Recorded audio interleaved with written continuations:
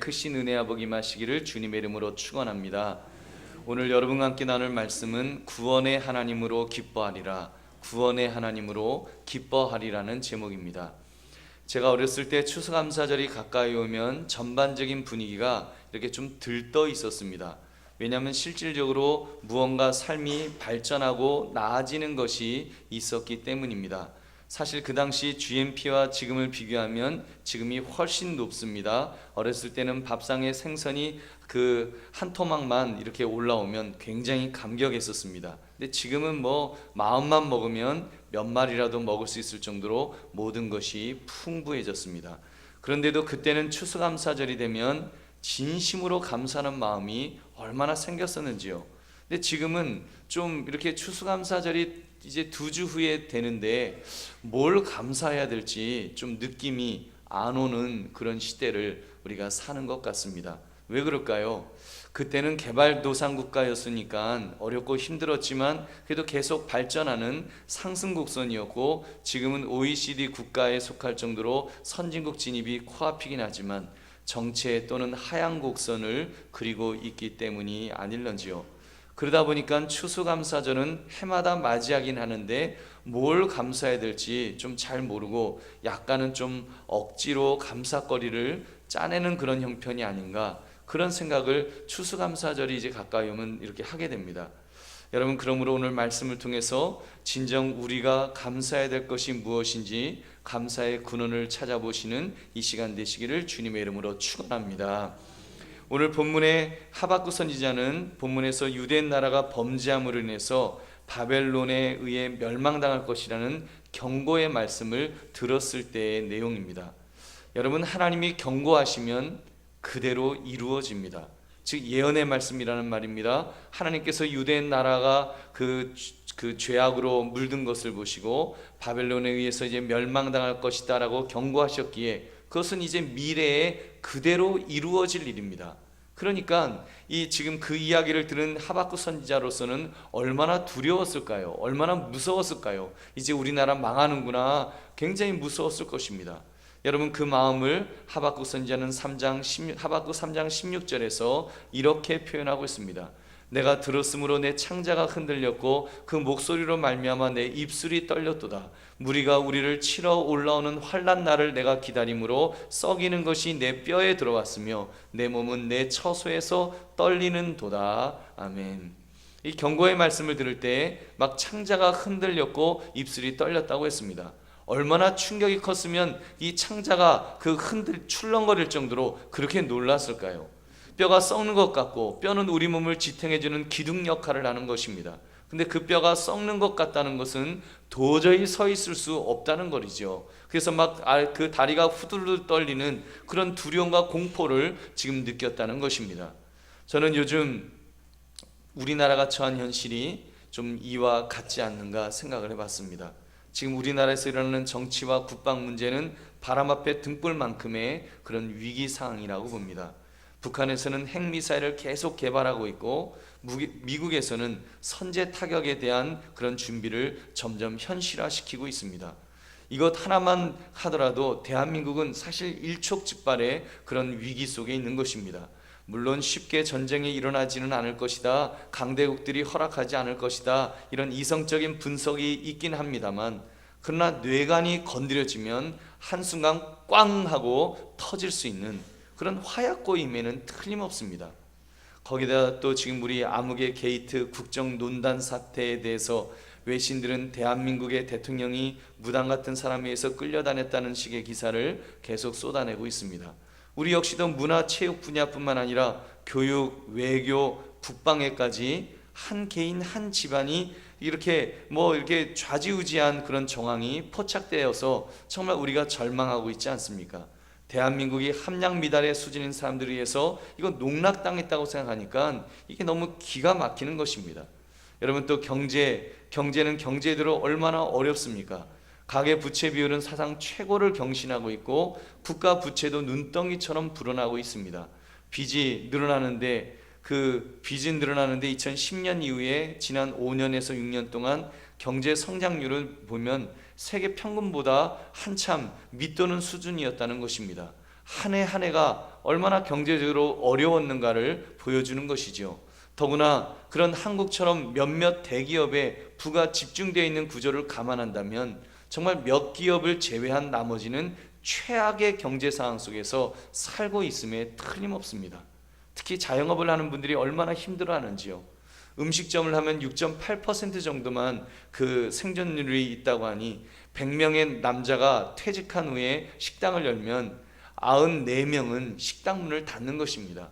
닫는 정도로 끝나는 것이 아니라 이렇게 자칫 빚더미에 앉게 된다는 것입니다. 그러니까 요즘은 무슨 사업이든 하는 것이 아니라 어떻게 아무것도 안 하고 숨죽이고 사느냐가 생존의 비결이라고 할 정도로 그렇게 힘든 시절을 우리는 살고 있습니다. 여러분은 얼마나 어려우신지요?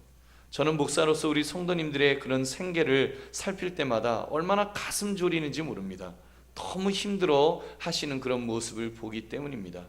이런 형편의 추수감사절을 맞이하니까 우리 믿음의 사람으로서 우리는 무엇을 감사해야 되나?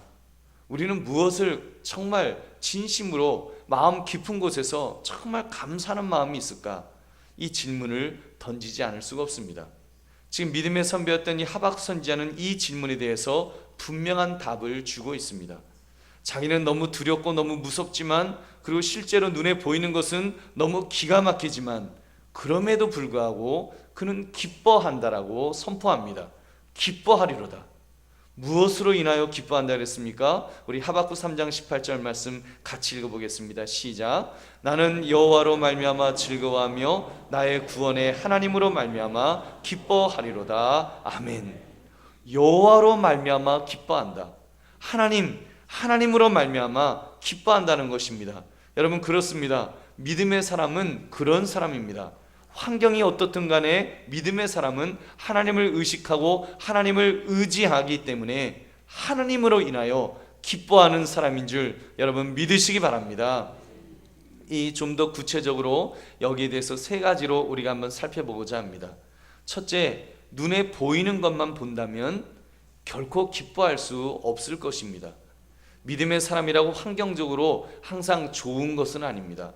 어떤 분은 그렇게 말씀하세요. 목사님, 그래도 하나님 믿으면, 하나님 믿는 사람은 하나님께서 이렇게 좋은 길로 다 열어주시니까, 좋은 일만 주시니까 그래도 기뻐한다, 감사한다, 그런 말을 하는 거겠죠. 여러분, 과연 그럴까요? 여러분, 사시면서 내가 예수 믿는 사람이기 때문에 정말 모든 일이 어려움이 싹싹싹 피해 다니고 좋은 일만 우리가 꿀떡꿀떡 이렇게 삼키면서 그렇게 살아가고 있나요? 그렇지 않습니다.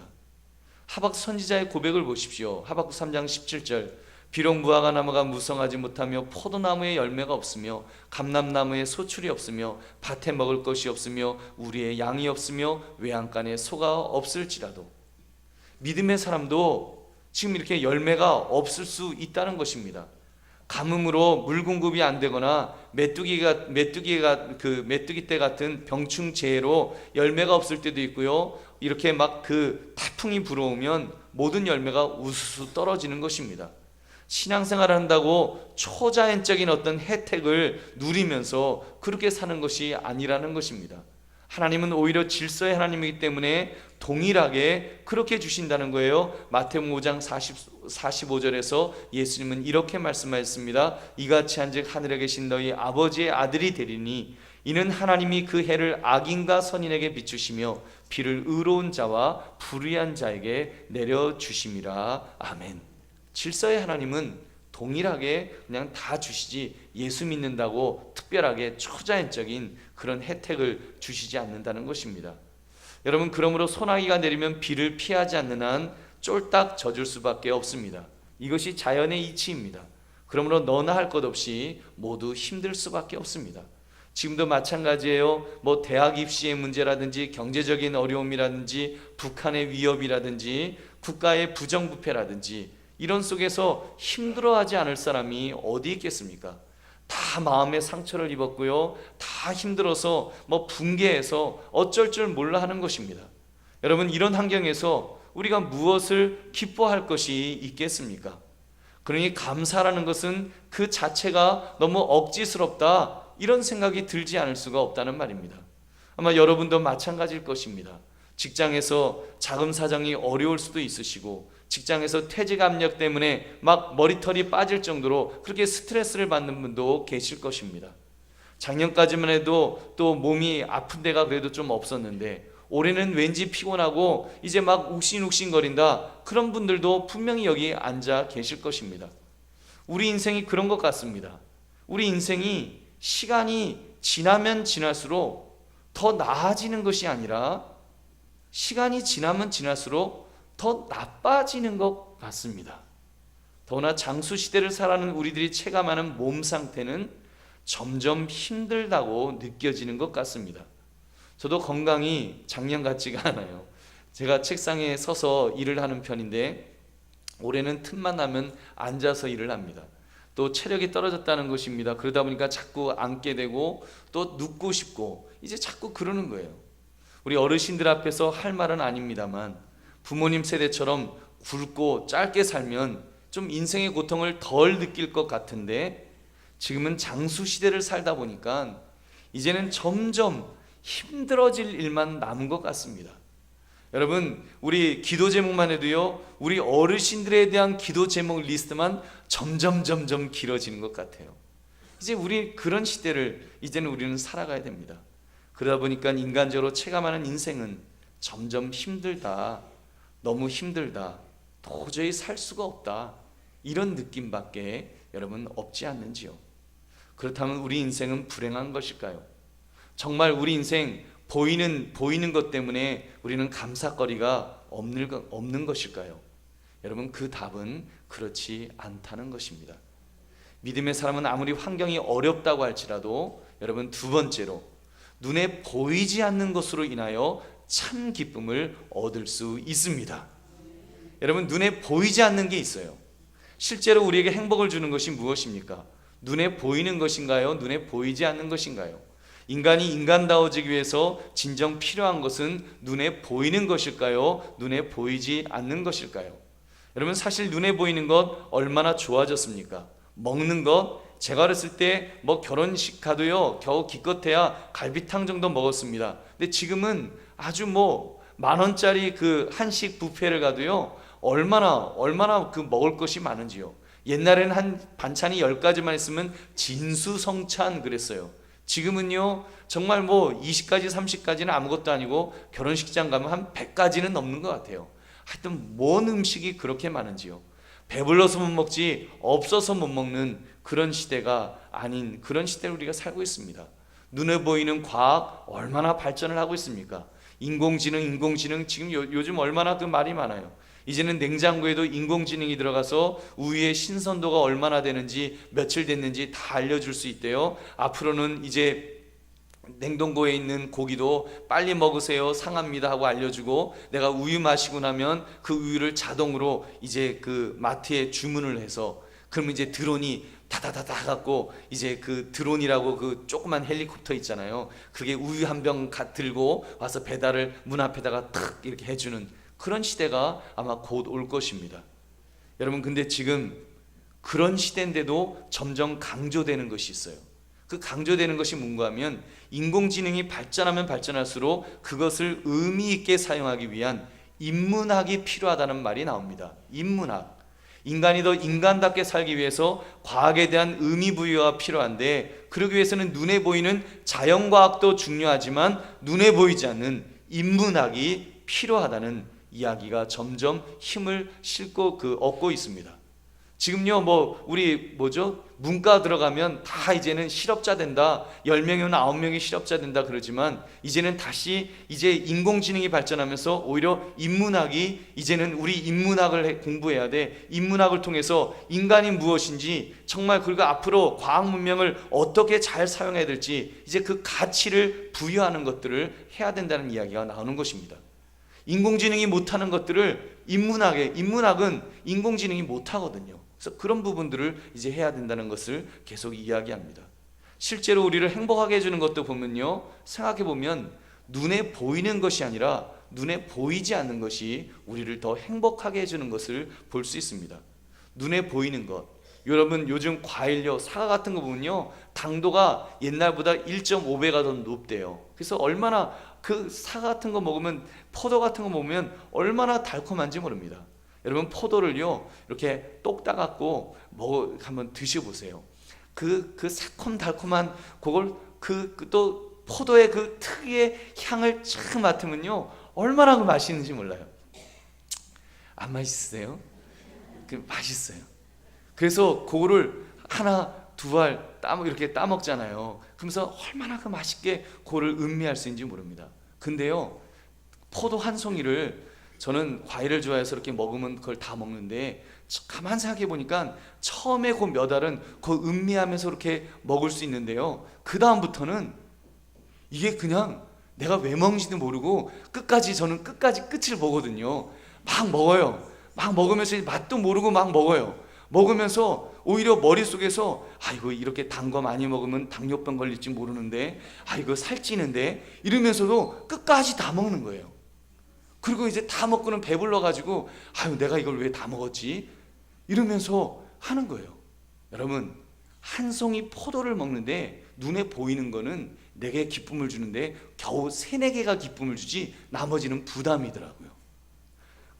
근데 여러분, 한번 생각해 보십시오. 눈에 보이지 않는 것들, 우리가 한번 사랑에 빠져갖고, 여러분, 사랑하는 사람이 나한테 이렇게 털장갑 같은 거를 하나 짜줬다고 생각해 보십시오. 뭐 제대로 짰겠습니까? 뭐 따뜻하게 하겠어요? 가죽 장갑에 비교가 되겠어요?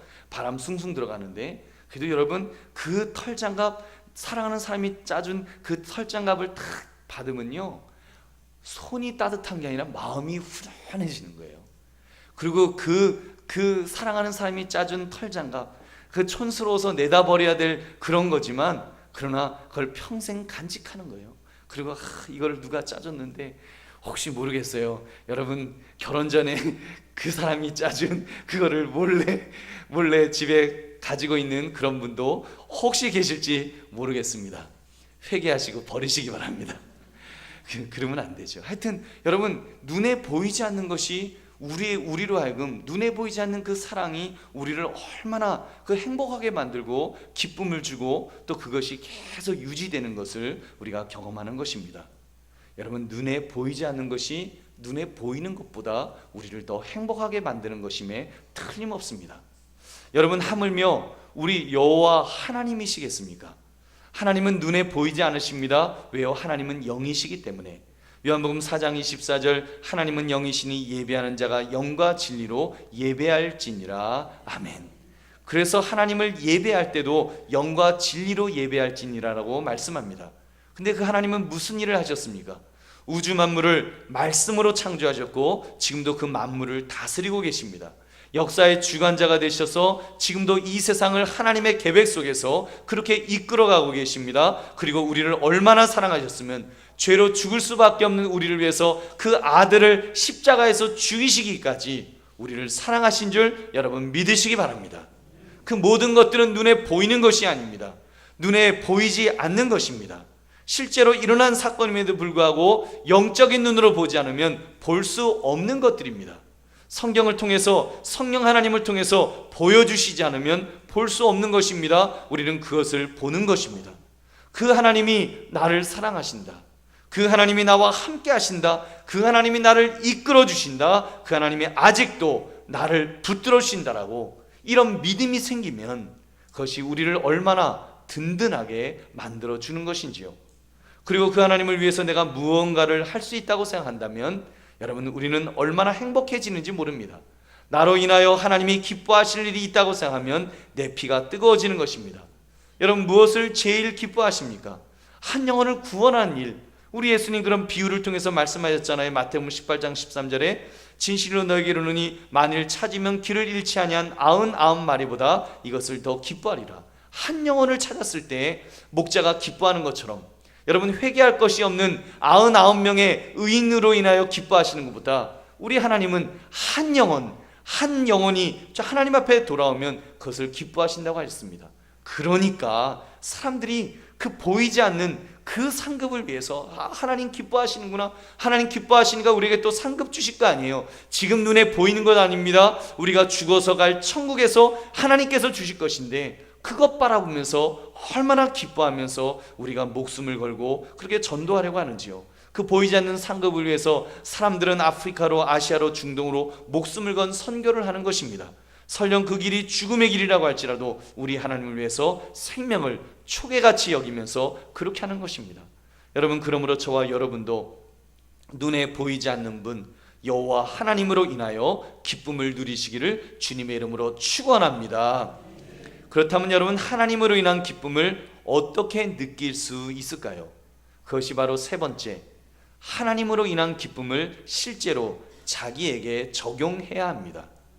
여러분, 하나님으로 인한 기쁨은 저절로 느낄 수 있는 것은 아닙니다. 이것은 의지적인 결단이 분명히 필요한 것 같습니다. 생각해 보십시오. 우리가 사과를 먹으면서 너무너무 맛있다, 행복하다 그럽니다. 그런데 그 사과를 먹으려면 그 사과를 깎아야지요. 어떤 부지런한 주부들은 그 과일을 식초에 10분쯤 담그는 수고까지도 아끼지를 않습니다. 또 커피 얼마나 좋습니까? 이렇게 비 오는 날 커피 한 잔을 흑한 향기를 맡으면서 우아하게 내가 영화의 주인공이 된 것처럼 커피를 마셔요.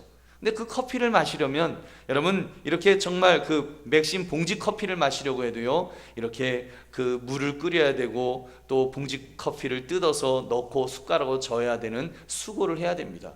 또 좀 그렇게 더 부지런한 분들은 직접 원두를 갈아서 필터에 넣고 뜨거운 물을 끓여서 또 부어서 원두 커피를 마시기도 합니다. 모두 수고해야 됩니다.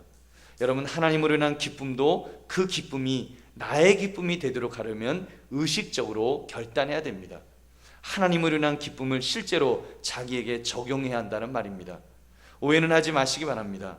의지적으로 결단이라고 하니까 제가 여러분에게 강요하는 것으로 오해하지 마십시오. 여러분, 기뻐할 거야 말 거야? 기뻐하시오, 감사하시오. 여러분, 그런다고 우리가 감사가 되겠습니까?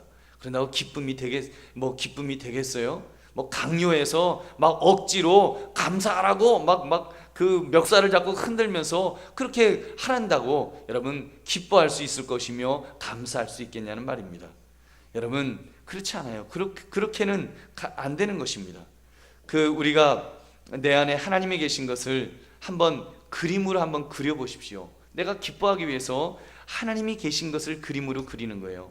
그 하나님이 우주 만물을 말씀으로 창조하신 그 하나님이라고 할 때 그 하나님께서 내 안에 계신다라고 한번 그려보시기 바랍니다.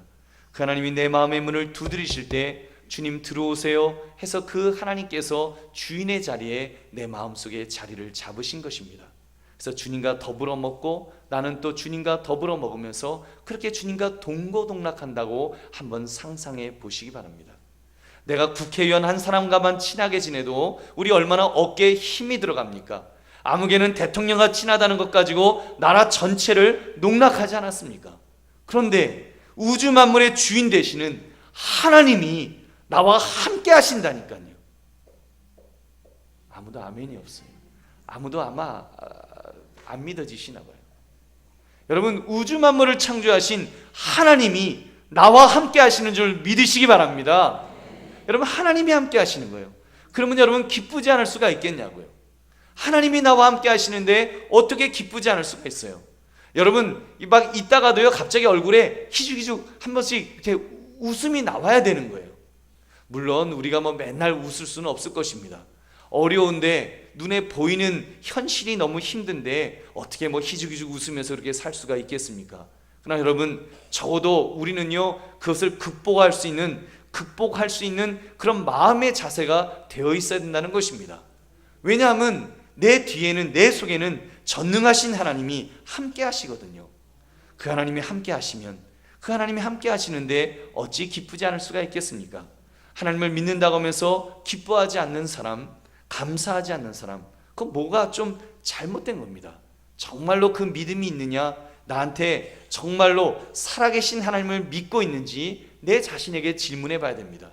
내 인생이 만약에 이렇게 정말 비극이다, 내 인생은 저주다, 그런 마음이 든다면, 그래서 마음이 와르르 하고 무너져 있다면, 무너질 수는 있어요. 무너지려고 하다가도 다시 세워지는 것이 믿음의 사람입니다. 하나님이 계시기 때문에 우리는 다시 일어서는 거예요. 오뚜기처럼 일어서는 사람이지 무너져 있는 사람은 아닌 줄 믿으시기 바랍니다. 무너져 있으면 안 되는 거예요. 낙심해 있으면 안 되는 거예요. 좌절해 있으면 안 되는 거예요. 우울한 마음이 들다가도 다시 일어나는 것이 믿음의 사람이라는 것입니다. 여러분, 하박국 선지자의 고백이 쇼하는 것 절대로 아닙니다. 여러분, 하박국 선지자의 고백을 보세요. 쇼하는 것과 의식적으로 자기에게 적용하는 것은 전혀 다른 것입니다. 하박국 선지자가 그런 말 하잖아요. 주 여호와는 나의 힘이시라. 나의 발을 사슴과 같게 하사 나를 나의 높은 곳으로 다니게 하시리로다. 아멘. 그가 고백하는 것이 이게 쇼하는 것이 아니에요.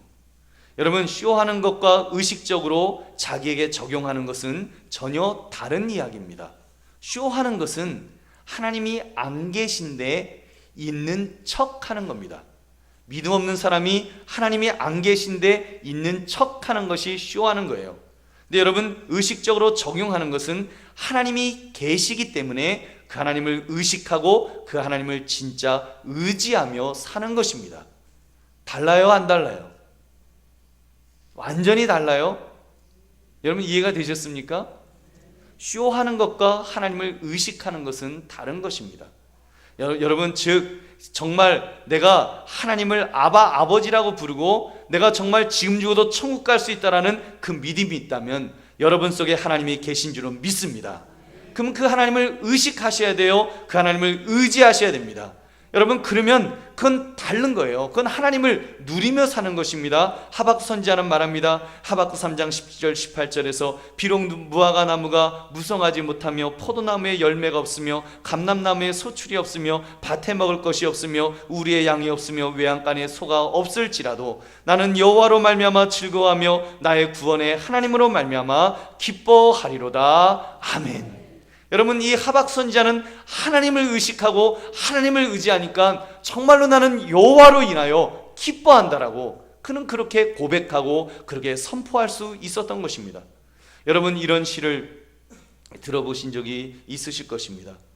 나 가진 재물 없으나 나 남이 가진 지식 없으나 나 남에게 있는 건강 있지 않으나 나 남이 없는 것 있으니 나 남이 못 본 것을 보았고 나 남이 듣지 못한 것을 음성 들었고 나 남이 받지 못한 사랑받았고 나 남이 모르는 것 깨달았네. 공평하신 하나님, 나 남이 가진 것 나 없지만 공평하신 하나님, 나 남이 없는 것 갖게 하셨네. 아멘. 복음성으로 나와서 이렇게 부르잖아요. 이 시는 중증 내성마비를 겪고 있는 송명희 시인이 쓴 시입니다. 이 시를 쓸 때 이렇게 쓰면서 이 시인이 하나님께 막 외쳤대요. 하나님, 나 이렇게 못 쓰겠습니다. 뭐가 공평해요? 나는 내성마비로 이렇게 몸도 제대로 가누지 못하고 있는데 저 건강한 사람들은 펄쩍펄쩍 뛰면서 축구하고 농구하고 야구하고 뜀박질하고 다니는데 나는 몸이 비비꼬여서 이렇게 했는데 내가 뭐가 하나님 공평합니까? 이런 막 불만이 나왔대요. 그때 하나님께서 화를 내시면서 그대로 그래도 이대로 적어라 해서 적었다는 것입니다. 그런 시들이 모여서 시집을 출간하게 되었고 그 수많은 사람들이 그 송명희 시인의 그런 시를 읽으면서 정말 도전을 받고 감명을 받는 것입니다. 그래서 낙심해 있던 사람들이, 좌절해 있던 사람들이 정말 그 송명희 시인의 이런 시들을 읽으면서 그렇지 정말 나한테 그런 하나님의 은혜가 있었지 다시 깨닫는 그런 그 감동이, 그런 은혜가 있는 것입니다. 여러분, 지금 보세요. 송명희 시인, 몸 건강한 사람들보다, 몸 건강한 그런 시인들보다 얼마나 더 위대한 시인으로 쓰임받고 있습니까? 여러분, 사랑하는 성도들이여, 이번 추수감사절에는 우리에게도 그런 은혜가 있으시기를 주의 이름으로 축원합니다. 하나님으로 인하여 기뻐하시기 바랍니다. 여러분, 이런 고백할 수 있으면 좋겠습니다. 하나님, 나 아직 내 집 마련하지 못하였어도, 아직 멋진 직장에 취직하지 못하였어도, 아직 멋진 자가용을 사지 못하였어도, 아직 이 질병으로부터 회복되지 못하였어도, 아직 내 자녀가 좋은 대학에 들어가지 못하였어도 하나님으로 인하여 즐거워하고 하나님으로 인하여 기뻐하리로다. 여러분, 이런 감사, 정말 하나님 앞에 그 감사의 고백을 해보시기 바랍니다. 이렇게 할 때 영적 파워가 나타나는 것입니다. 내 안에 계신 하나님의 능력이 내게서 나오는 것입니다. 신앙생활을 한다고 하면 여러분, 남들과 무언가 달라야 되지 않겠습니까? 우리가 그래도 이렇게 매주일 교회 와서 예배드리고 정말 집에서도 쉬고 싶은데 놀고 싶은데 우리가 매주일 주님 앞에 나와서 이렇게 예배하고 우리가 기도하고 한다면 뭔가 예수 믿지 않은 사람들과 달라야 되지 않겠습니까? 물론 우리가 이제 죽어서 천국 가는 것은 당연한 거지요. 그러나 여러분, 우리가 그것만 되면 안 되지 않겠습니까? 뭔가 영적 파워가 우리 속에서 있어야죠. 여러분, 이미 우리 속에 하나님이 계십니다. 하나님을 의식하시고 하나님을 의지하시면 여러분, 우리에게서 영적 파워가 나올 줄 믿으시기 바랍니다. 신비주의적으로 뭐 손에 파란 빛이 나온다, 뭐 광선이 나온다, 이런 것 아닙니다. 평범하지만, 지극히 평범한 것 같지만 하나님의 능력이 나타나는 것입니다. 하나님의 능력을 나타내는 삶을 살게 될 것입니다. 그런 사람은요, 환경적으로 어렵고 힘들다고 할지라도 세상이 감당할 수 없는 그런 능력의 사람이 될 줄 믿으시기 바랍니다. 좀 힘들어도 좀 어려워도 선포하는 것입니다.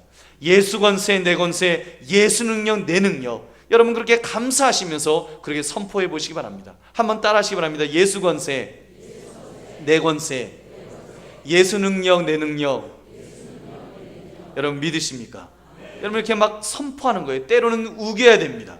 나를 설득해야 됩니다. 예수 권세 내 권세야, 예수 능력 내 능력이야. 내 안에 계신 하나님을 이제는 의식하고 의지하는 것을 막 내 스스로에게 설득해야 되는 거예요. 그리고 막 우겨야 되는 거예요. 예수 능력이 내 능력이다. 내 자신에게 우기면서 여러분 나를 설득시켜 보십시오. 그래서 정말 그것이 깨달아지면 내 삶에서 그것이 하나님이 의식되고 하나님이 의지되기 시작하면 여러분 내 마음이 정말로 하나님을 의식하고 하나님을 의지하기 시작하면 하나님의 능력이 나와 함께 하실 줄 믿으시기 바랍니다. 왜 힘쓰고 살아갑니까? 왜 내 힘으로 내 능력으로 살려고 애를 씁니까? 여러분 물론 여전히 나를 괴롭히는 사람들이 있을 거예요. 직장에서 나를 힘들게 하는 상사가 여전히 있을 수 있습니다. 여러분 그러나 우리가 정말 그런 어려움 속에서도 예수 능력 내 능력, 예수 권세 내 권세 하면서 선포하면서 나가면 하나님께서 그것을 이길 수 있는 힘과 능력을 주실 것입니다.